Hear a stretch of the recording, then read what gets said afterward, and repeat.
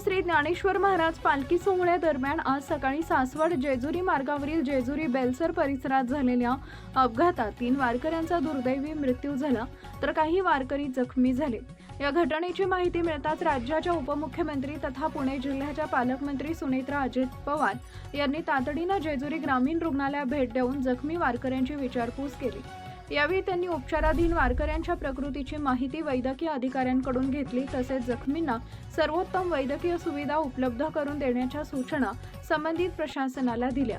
अपघातात मृत्यू झालेल्या वारकऱ्यांच्या वारसांना प्रत्येकी 5 लाख रुपयांची मदत देण्यात येणार असून जखमी वारकऱ्यांवर शासनाच्या वतीने मोफत उपचार करण्यात येतील। तसेच आवश्यकतेनुसार आर्थिक मदतही उपलब्ध करून देण्यात येईल असं त्यांनी सांगितलंय। यावेळी जेजुरी नगरपालिकेचे नगराध्यक्ष जयदीप दिलीप बारभाई, उपविभागीय अधिकारी वर्षा लांडगे, तहसीलदार विक्रम राजपूत, श्री ज्ञानेश्वर महाराज संस्थानचे प्रमुख विश्वस्त योगी निरंजननाथ गुरु शांतीनाथ, श्री भावार्थ देखणे तसेच संबंधित विभागाचे अधिकारी उपस्थित होते।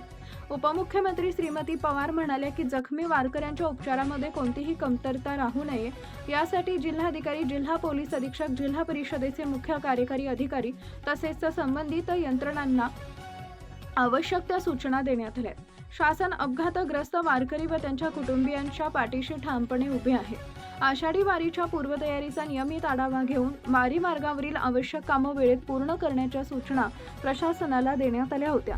पंढरपूरच्या दिशेने पायी निघालेल्या वारकऱ्यांची सुरक्षितता ही सर्वांची सामूहिक जबाबदारी असून वाहन चालकांनी अत्यंत सावधगिरीने वाहन चालवून वारकऱ्यांच्या सुरक्षिततेची काळजी घ्यावी असे आवाहनही उपमुख्यमंत्री श्रीमती सुनेत्रा अजित पवार यांनी केले आहे।